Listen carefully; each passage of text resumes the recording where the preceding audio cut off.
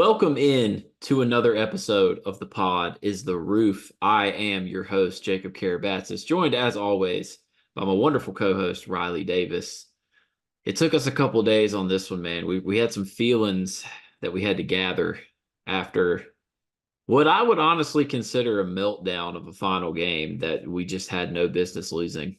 It wasn't a fun experience as a fan. It sucks.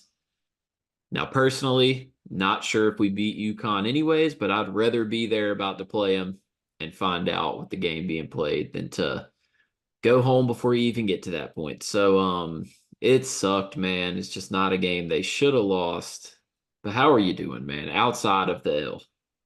I'm good outside of the L. Had a nice Easter weekend with the family and everything. Not gonna lie, the loss hung over me for really Friday and Saturday. And it's keeps surfacing in my mind this week. But springtime in the triangle, weather's getting warmer, going to the Final Four this upcoming weekend, so I can't complain too much. Yeah, I mean, Just wish it's we were there. Just wish UNC would be there. Feels like it was a missed opportunity, like you said. This is one of those losses that as a fan, it sticks with you for a while. And obviously there's nothing we can do about it. There's no way to that we could have changed the outcome. There's no way to go back in time, but it stays on your mind and makes you wonder like why there it seemed like there were five different things in the last 4 minutes of that game that had they broke Carolina's way. Just one of them breaks Carolina's way. They advance and they get Clemson in the Elite Eight. And yeah, to me, that's what hurts the most about it is knowing that the monster of Arizona and the potential Caleb Love revenge game, that wasn't even there. That wasn't waiting Carolina had they just advanced past Alabama. It was a Clemson team that they've beaten already, a team that they surely would have been licking their chops to get again after losing to them in Chapel Hill, a team that they have more talent than. And that's the most painful part of just feeling like you missed an opportunity there. yeah, it sucked, man. The way they ended the first half looked like they were taking control of the game again. Like they started to play really well. And then I don't know if it was, Nate Oates just outclassed Hubert at the half, but they came out in the second half and made it a game pretty much immediately. There's so many pivotal like things that happened in this game. So I'll let you decide which one you think was the most critical of them. I guess we'll talk about the big three. So which of these three do you think credited the most to the loss? Was it the missed dunk by Armando that completely shifted the momentum? Was it the fact that RJ just, unfortunately had probably his worst game as a Tar Heel, shooting 0 of 9 from three? Or was it the personnel that Hubert decided to ride out with and kind of stashing Elliot Cadeau on the bench? It's tough for me to not say the personnel decisions. And, I want to couch this by saying we have been very pro Hubert for 95% of the season. I think we tried to be honest at the start of the year and say, hey, here are the questions he needs to answer after the way last year unfolded in a disastrous fashion. But he answered the bell and then some. I think he looked more than ready to be the coach for now and the future. I think he did a tremendous job maximizing this roster, did a great job with the construction and getting them to play above um, expectations, getting them to play above even talent level. I would say the way that they defended with the size disadvantages, with some of the athleticism disadvantages, like that is a huge credit to him and the staff and the scheme that they decided. It's really tough though to not question the decision to sit Cadeau and Trimble for those last, I believe it was 15 minutes of the game, and hopefully as fans that's okay for us to do, and no one accuses us of being overly negative or anything because we're by no means endorsing anyone who's saying like, oh, fire Hubert or he's not ready or the lights are too bright. That's not how I believe either of us feel at all. It's just the fact that like coaches make mistakes, coaches take gambles like at every different level. There are times where Bill Self gets out coached. There's times where Mark Few gets out coached. There's times where Jay Wright when he was still coaching, like coaches make decisions that sometimes backfire, and it might not have made a difference. Maybe the way that Alabama was playing off Cadeau and Trimble and letting Grant Nelson just roam in the paint, there's a chance that we never figured it out. There's a chance that the counters that we throw don't make much of a difference. I personally would just rather have watched us go down with the guys that got us there, with the guys that got us 29 wins, with the guys that got us a 1 seed and an ACC regular season title, than taking a gamble and playing guys in crunch time that haven't played in those situations all year. Yeah, and see, that was the issue I had with it. And, preface this by agreeing with what you said. Love Hubert. Think he is the guy for the job. I think he still did a fantastic job this year, regardless. Like, he's left no doubts to me. Mm-hmm. Like, he's the guy. Like, we're in good hands. But, it's just a one game thing. And here's the issue I have. You taking Cadeau and Trimble out of the game is you saying, all right, Nate Oates, you win. Your game plan Mm-hmm. worked, and we're going to change how we play. And I hate that, especially because they did that in the first half too. And, yeah, Cadeau hit a couple threes and Seth Trimble hit some. But we scored 54 points in the first half playing the personnel that had gotten us there. Right. And then you just go away from that in the second. And I know the start to the second half was slow, but it just bothers me that you kind of let Nate Oates' game plan dictate what you did. It's like, no, put your best five out there and say, you can do that all you want. We're going to figure something out. And, I think the RJ thing kind of snowballed into that because he went 0 for 9, which made it even easier for them to kind of like chill. And, Mm-hmm. he took a couple bad ones, but 5 of those 9 threes were wide open. And, it just sucks when you got a 42% 3-point shooter that if he just shoots 2 of 9, you win the game. But Yeah. and I had like, I saw a lot of people on Twitter. Some people commented on my tweet. They were like, what decisions? Hubert didn't do anything wrong. And it's just like, look, I get it. I in a way understand why Jalen Withers was out there because Alabama was playing big. That being said, I'm not sure he should have been out there offensively. He might should have made an offense for defense sub there. But Mm-hmm. listen, no disrespect to Paxton or anything. He did hit a three, but that's just putting a zero out there on offense. And it made it even easier for them to stop the RJ and Armando pick and roll. That another complaint I had with Hubert in that game that we spammed the last 5 minutes. We literally, Cormac Ryan was the best shooter on the court, maybe outside of Rylan Griffin. And we just stopped running sets for him. We Mm-hmm. stopped running sets to get Ingram mismatches in the post with guards on him. Like, I get it. You want to ride with your two best guys, but like, you've got a lot of dudes who can score. And RJ took a lot of bad shots down the stretch. Mm-hmm. Yeah, and like you said, a couple of them were open, like stepping threes off the catch. I even thought a couple of his step backs he attempted, he got separation, like he got open looks from going to the same moves he's got gone all year that he's used all year, and he's shots that he's hit probably 50 times. He's hit 113. He hit 113 threes this year. I don't know how many were off the bounce, but I would guess a lot of them were.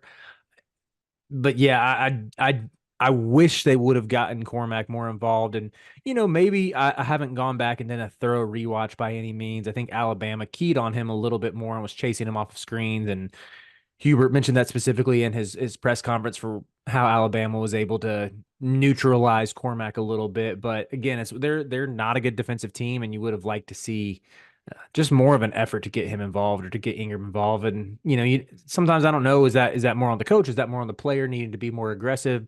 Probably a combination of both.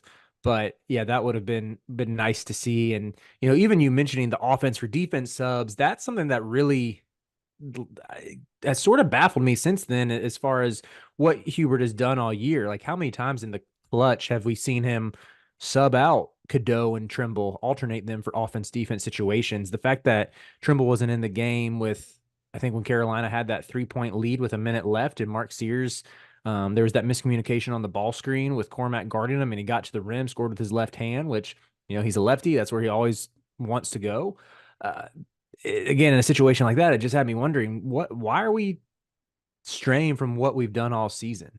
Like, why would you not want your most athletic, your best on ball defender in a situation like this? And again, we don't want to be overly critical or negative here. It's just as fans, something that you watch. And yeah, like I said, coaches make mistakes. It's just tough because it feels like a couple of these tweaks, a couple of these adjustments in Carolina very well could have won that game. Yeah, and you know, it's unfortunate because I think we said this on our preview is that like there was only one scenario, like on some Doctor Strange and Infinity War type stuff. There was only one scenario that UNC was losing that game. And it was for Alabama to play near perfect and for UNC to have an absolutely abysmal game or half of basketball. And that's exactly what happened. That second half was atrocious, and Alabama kept coming and they played really, really good. I Mhm. mean, I'm thoroughly, thoroughly convinced. Like, if you played that game 10 times, UNC wins eight of them. Yeah, It's just the way the cookie crumbles in March, and you got to show up every single minute of every single game. And it's just unfortunate because you could tell UNC was the better team. It just, you let Alabama get momentum, and then next thing you know, you got guys like Grant Nelson playing with an absurd amount of confidence. You let Rylan Griffin get going. You let Estrada do a little bit. It's just Griffin it was was a really problem. just it was the perfect storm for Alabama. It really, really was. And then on top of that, you know, if you're Nate Oates after that game, you're probably like, the one thing I didn't have on my bingo card was RJ Davis being 0 of 9 from three. Yeah, It sucks, absolutely. man. But no RJ Davis slander will be tolerated. I just want to make that very clear. For sure. And I do want to like at least add some positives. I thought, there were stretches of the first half where the offense was really clicking, even with RJ's poor game. And even in the second half, when Grant Nelson hits that three to put Alabama up 82-77, they go up five, and it feels like, okay, this one might be over. They have all the momentum. I think there's 3 minutes left. Carolina responded with a either 7-0 run or an 8-0 run. They went up 85-82. Like, to answer in that situation, I mean, I just remember when after I think RJ hit those two free throws and Carolina was up three, it just felt like in that moment I was like, okay, I honestly can't believe we're winning right now with how poorly we've shot. Um, with RJ being 0 for 9 from three. Yeah, that to me was like Carolina's really gonna squeak out and survive this one. But of course, Sears was able to cut it to one. The Withers shot, which again we don't want to pile on individual players. Just a terrible shot in that situation. Um, Come back on the other end, and Grant Nelson gets the and one. It's just small margin of error. I found myself wondering what happens if Withers just passes it back to RJ after he pops out for three. What if Withers rolls to the hoop instead and he has a 2-on-1 with Armando? And I think Grant Nelson was on Armando. Like, just those little things that the team, I'm sure, wishes that you could relive that and correct it. I would guess the coaching staff wishes it would have done something differently too. And it's just tough because we love March Madness. It's a great sporting event, but it's just such a slim margin for error, even against teams that you're better than, because I mean, they got a lot to play for too. Nate Oates has cemented his legacy. I mean, he made a Final Four. Yep. Like, what else? He's had some questions in March. I've been skeptical of him in March as well, seeing some of his teams flame out that I thought had a lot of talent. But to get this team to the Final Four, yeah, I mean, he's done a tremendous job. I got to give him a lot of credit. Oh yeah, 100%. I mean, the things he does, like bringing them to their first Final Four ever, insane. And just being with the times enough to hire someone from a third party analytics company to help you. I mean, that's some next level stuff, and like I can trust that UConn is hands down the best team in the country, and they are without a doubt better than Alabama. But I can assure you that Nate Oates is going to know the numbers, and he's going to know the analytics, and he's going to have the game plan at least to, if they play it to perfection, they can beat UConn. Now they're going to Mm. have to be perfect. They're going to have to probably make 23s, and that's what they're going to have to do. But he's at least going to know what it's going to take. And you got to give credit to Nate Oates. You got to give credit to Alabama. I mean, Mark Sears is kind of their version of RJ Davis. Like he's a really, really good player. I mean, the dude's player comparison is Jalen Brunson, so that should tell you everything you need to know. I actually think, yeah, I know he's been getting a lot of Brunson comps recently, and I get it because they're lefties who are carrying their teams, and they're like they kind of look alike. I think what makes Sears so special though is how like bursty he is. Like his acceleration is insane. It's really hard to stay in front of him, and he's just like ridiculously efficient. I mean, the dude draws a ton of fouls. Whereas with Brunson, I think more about him like backing dudes down and cooking them that way. But yeah, that's true. with Sears, I mean, I wrote this in my Alabama preview for the Final Four for Heat Check CBB. I had to concede. Hope no one comes after me for this, but I think Mark Sears is the best guard in the country. It's tough to argue when you're the last of the elite ones standing. And don't get me wrong, I think RJ deserved all the accolades he did, and being a Naismith finalist and being an All American over Sears because of the team success. But from an individual talent standpoint, I mean, Sears is basically averaging 22 points a game, 4 assists, 4 rebounds on 50, 40, 90 splits. I think his free throw shooting is like 86%. 50, Yeah, 40, I 90 mean, its efficiency is insane. he's special, man. And like they just, it was just one of those things. They had it, we didn't. Now I will say this, and people are probably going to think this is crazy. You might think this is a homer take. As bad as RJ played, UNC 1,000,000% wins that game if Armando makes that dunk. Yeah, And I and and agree. and I will say, because the game was 72-69. If he makes that dunk at 74-69, they don't get out in transition. They have to run a half court offense. He misses, they get out in transition. Grant Nelson gets fouled, splits at the line, 72-70. Now Cormac comes down and hits a three, but you could tell that missed dunk sucked the life out of us because Alabama immediately responded with a 13-2 run or whatever it was, 12-2, whatever. So, I mean, that's just one of those things where you watch it, and I've went back and watched it numerous times because I don't understand how you back iron a dunk. But I've watched it, and it literally is just a thing that, all right, we just weren't meant to win this game. Like that's all there is to it. It Armando was a makes great that. pass from Harrison too. Exactly. And Harrison fed him Armando does that perfectly. same thing 100 more times. He wouldn't miss the dunk that way. It was like a destiny thing. It literally was a, you guys are not meant to win this game. Sorry. And then, that play is kind of what sparked Grant Nelson, because he scored he had to have scored 8 or 9 of their final, how, 15, 16 points. Like he was just cooking. And yeah, man, it's tough, but I'm telling you, I go back, and that is the beauty of basketball, the little nuances like that. If he makes that dunk, I am a firm believer that UNC would be in the Final Four right now.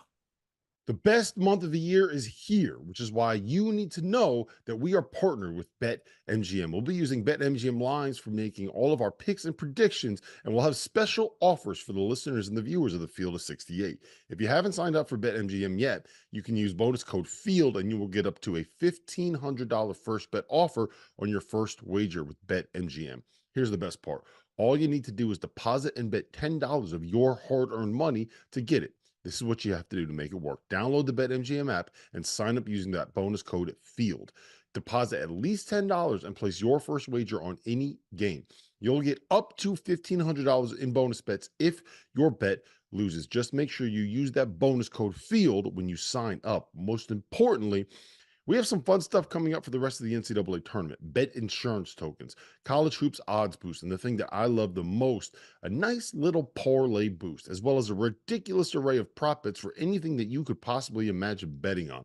From odds on getting to the Final Four to national championship futures, I'm calling it right now. BetMGM is the king of the prop bet. So go download the BetMGM app. Use that code FIELD and sign up today. And while I've got you, a quick request. The best way to support the Field of 68 content you get for free is to engage with us. Rate and review the pod in any podcast app. Like and share the YouTube videos that you enjoy. Tell your friends about us. It all helps in a world where the algorithm is king. And now, back to the show.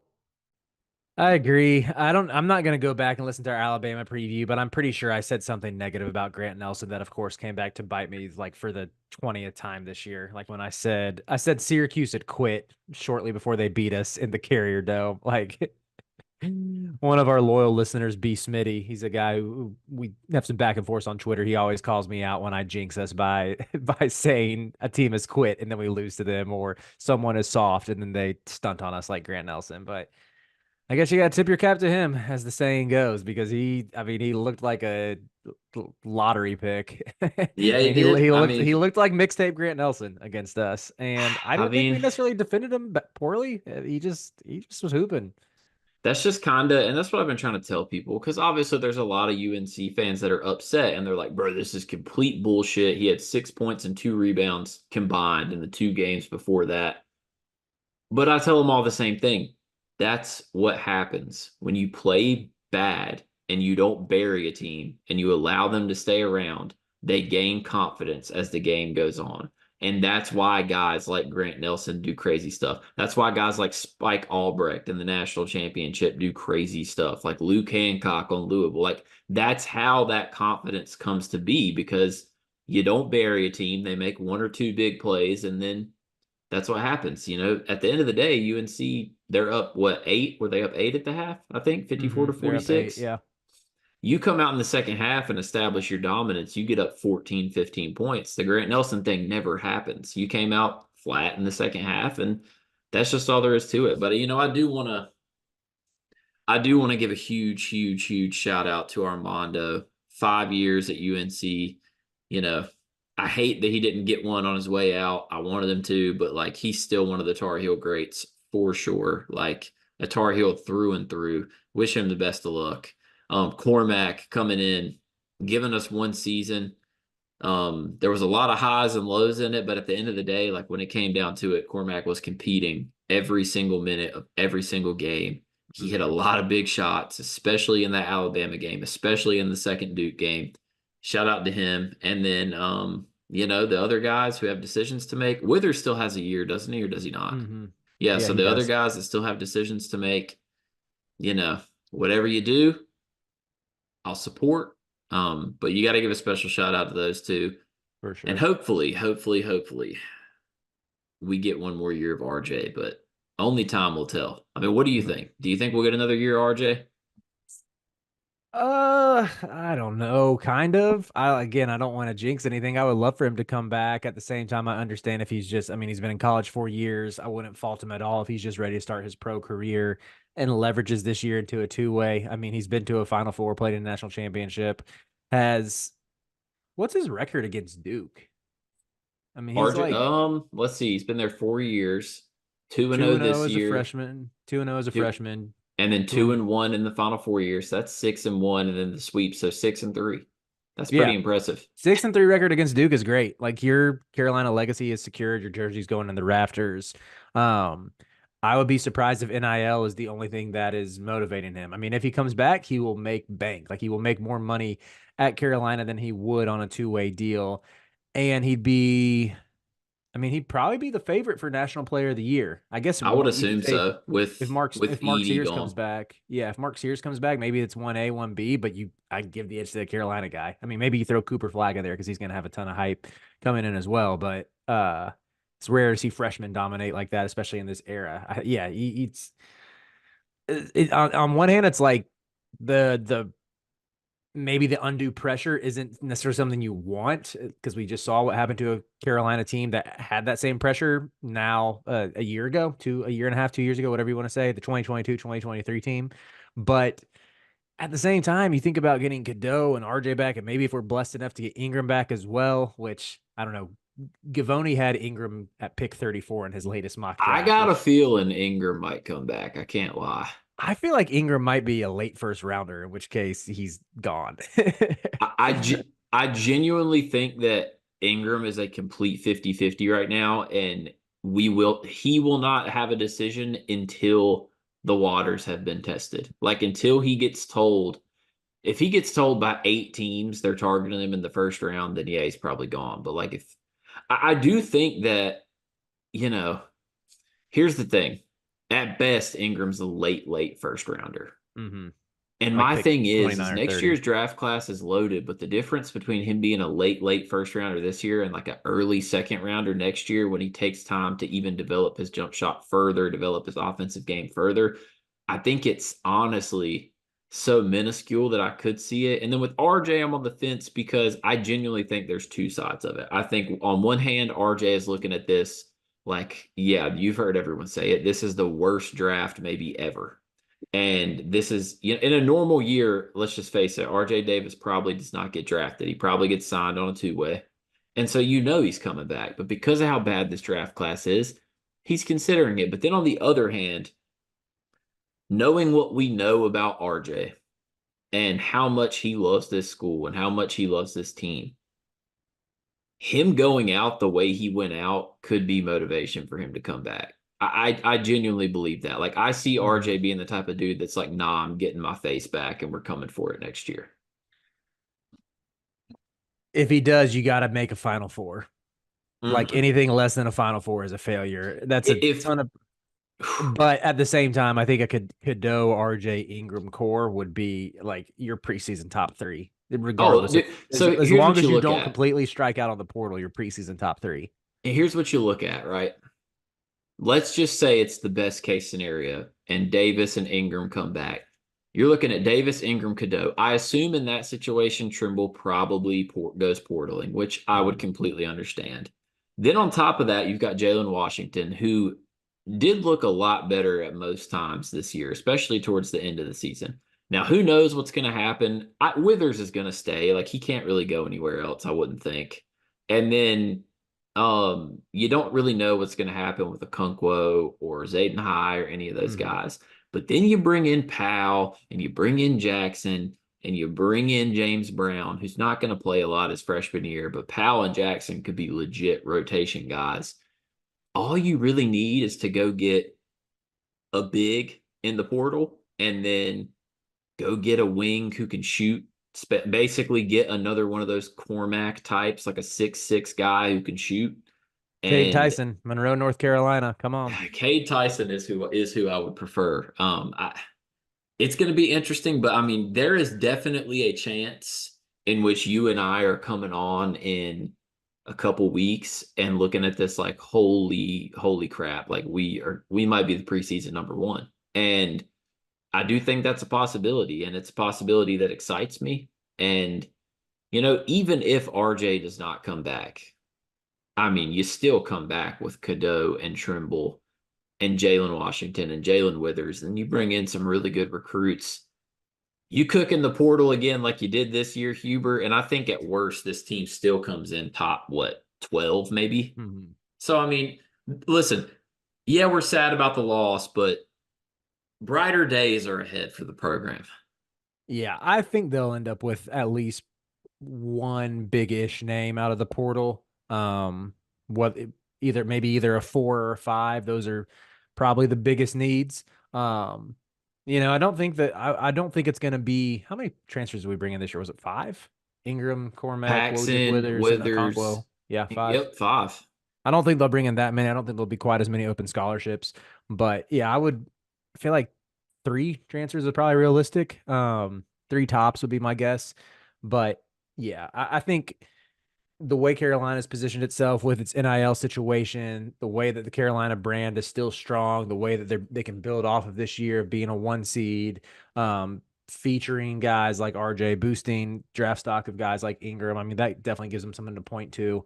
Yeah, I think they'll be in good position. But I did want to ask you what you would grade this season for Carolina if you had to assign a letter grade to it. All right. On the basis of grading, are we going? You told me how this season ended before it began, and I'm going off of like the expectation before the season, or like a grade based on what I saw this season. And I'm going to assume it's the former. I think you can go either way. I feel like if you told me at the start of, well, I'll let you go first. So, all right, if we're going based off the former, I'm going to go I'm going to go an A minus because, They were top 10 almost the entire year. Like Hubert really did get the most out of these guys. Mhm. Nobody had them coming into the tournament as a 1 seed, winning the ACC regular season. I mean, nobody expected that. And the only reason I say A minus is because of the latter half of that question, and that is once we saw how good they were, I think they should have made the Final Four. Right. But if we're talking blind, and you just came to me after how awful the season prior to this one was, and you told, oh yeah, by the way, you guys are going to be top 10 and honestly top 7 for a majority of the year. RJ is going to win Player of the Year. You're going to win the ACC regular season. You're going to be a 1 seed, and you're going to go to the Sweet 16 at least. I'd have been like, oh, that's an A. That's an Yeah. AA plus. So I'll hard stick with an A minus. Yeah, I would say like if you again, easily A plus if you told me that back in November when I was like Yeah. this team is 30th in my preseason ranking. And then if you again everything you said and throw in a sweep of Duke, yeah, I would have said A plus.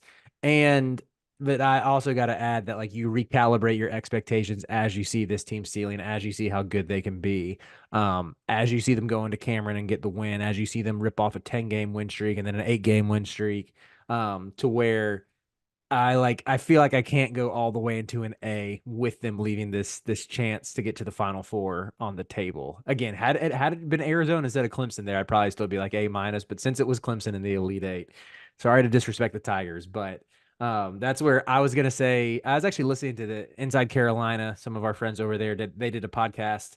Uh, where they graded the season as well. And Sherelle McMillan said he would give him an 89.9, like as close to an A as you could get without getting there. And I was already thinking of asking you this question before I listened to their podcast. And my number grade was also going to be an 89. So I feel like I'm stealing Sherelle's idea, but I promise I had that thought on my own just because I'm like an 89 that gets you a B plus, but you convince the TA to bump you up to an A minus.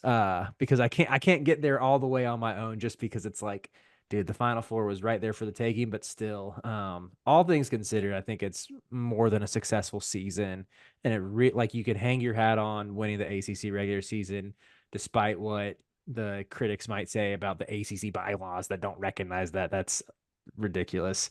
Um, You can hang your head on that. You can hang your hat on getting a 1 seed. You can hang your hat on sweeping Duke. And Yeah, that's my a good number season. score is a hard 90. Like literally right on the cusp of B plus.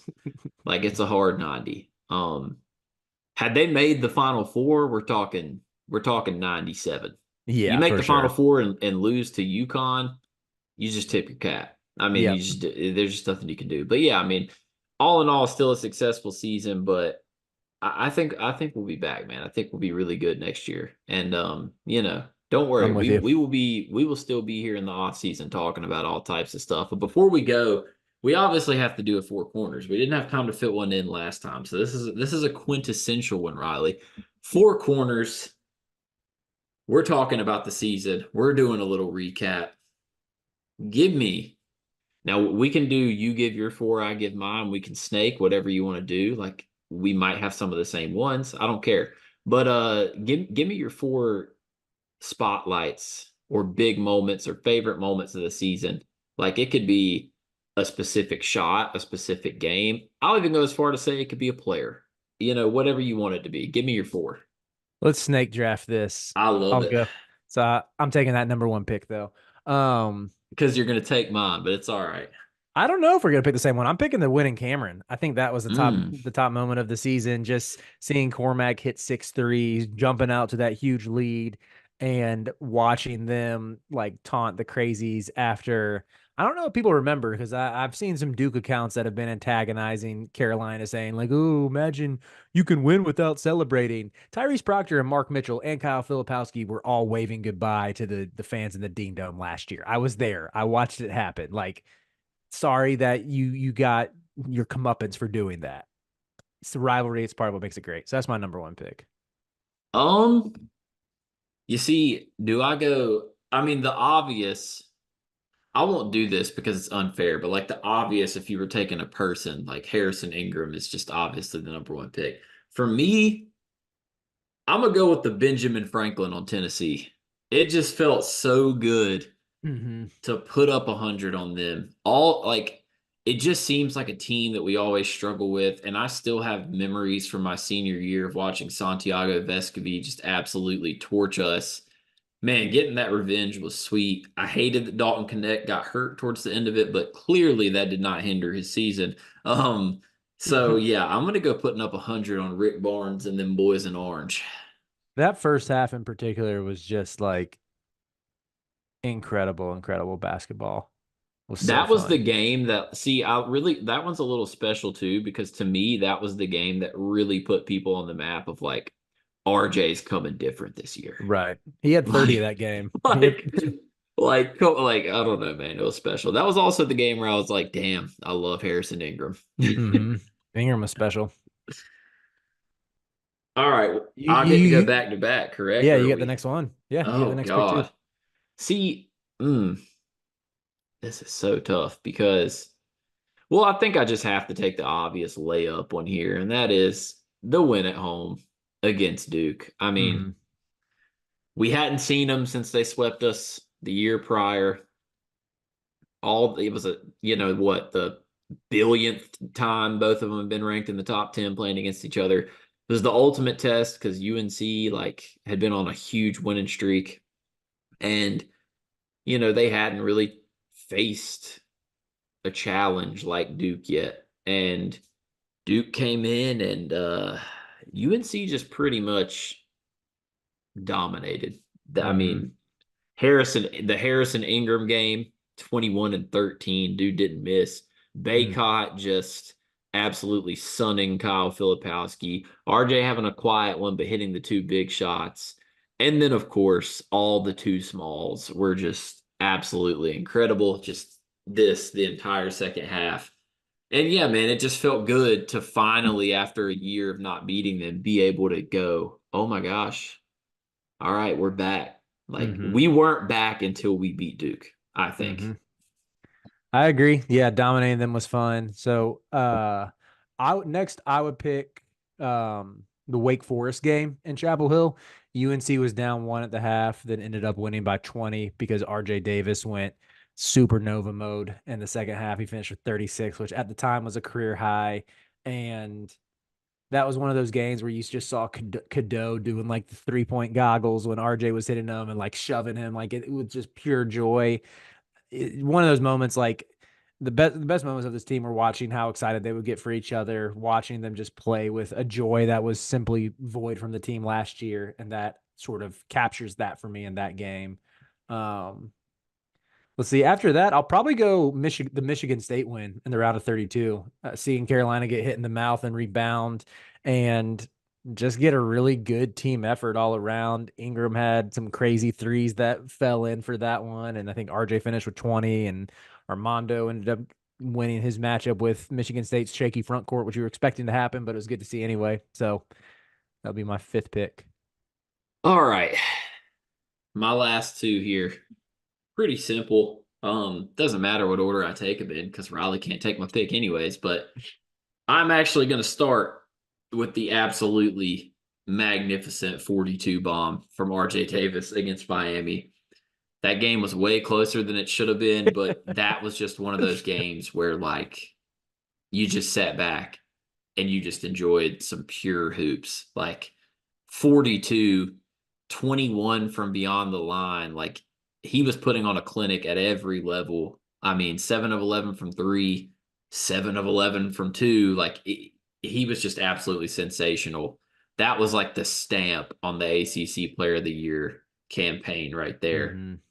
And then I'm going to go with one that showed me that this team was really different. The one that showed me that this team wasn't going to back down and crawl into a hole when they did get hit in the mouth.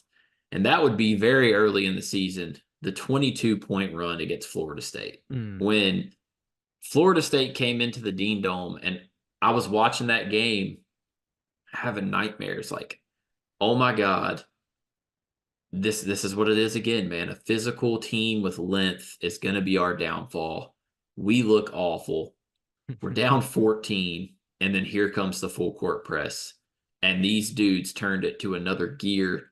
And that was the game that let me know oh my goodness, this is actually a different brand of UNC basketball. So I've got to go the 22-point run. Dang, great choice. Really fun game to watch. Really fun to watch that happen the way it did, especially because it came after the Tennessee game. So it was like, it felt a little bit like, dang, this is the same old Carolina crap we've seen the last few years of letdown games. I'm going to close us. I think an honorable mention here, as funny as it sounds, would be the Arkansas game in Battle for Atlantis when we thought that Arkansas was going to be good. Because I was like, dang, Carolina got a nice little Q1 non-conference win. Like it'll get there, and played well with the SEC team. Just because that I think did make me think like this team actually might be pretty good, even though Arkansas ended up being terrible. But I am going to edge it out by saying Armando hitting the 3-pointer against Oklahoma and Charlotte, and then hitting a 3 again on senior night. Actually, he hit 2 threes on senior night. Yeah, you got to go with the Armando, the 2 threes on senior night and the 3 against Oklahoma and Charlotte. I'm pairing those together. Armando Bacot finished the year shooting 40% from 3, over 50% from the field, 78% from the line. Pretty good efficiency. Yeah, it's great to look back on it all, man. At the end of the day, like these guys, they gave their all. They were a team that was connected. They were a team that fought for each other. I mean, it was a fun season, man. Like this is one of my favorite teams in recent memory. They were a joy to watch play. They give you a heart attack sometimes, but they were a joy to watch play. It's going to be interesting to see how things unfold in the following weeks. Riley and I will be back. We'll be doing all types of off-season stuff, trying to have certain guests on to just chop it up, probably talk about some draft prospect stuff once we know who's going and who's staying, talk about, the incoming guys, the future of the roster, portal stuff as it drops. We'll be here to cover it all. I promise you we're not going to give up on covering the heels. But yeah, I mean, any comments before we slide on out of here, Riley? Stay tuned. We got some big stuff coming this offseason. I'm going to tease it because let's just say we will continue to strive to be your go-to podcast for UNC hoops, bringing on the best guests, bringing on exclusive interviews, and just entertaining you with our general humor and cadence.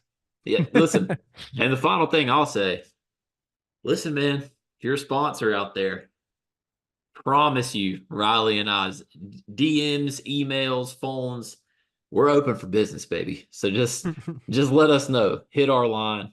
We'll be back sometime in the coming weeks. Until then, everyone stay safe. I know we got to go a long time before some UNC hoops again, but just have a good one. Have a good off season. Enjoy time with your family. We'll see you.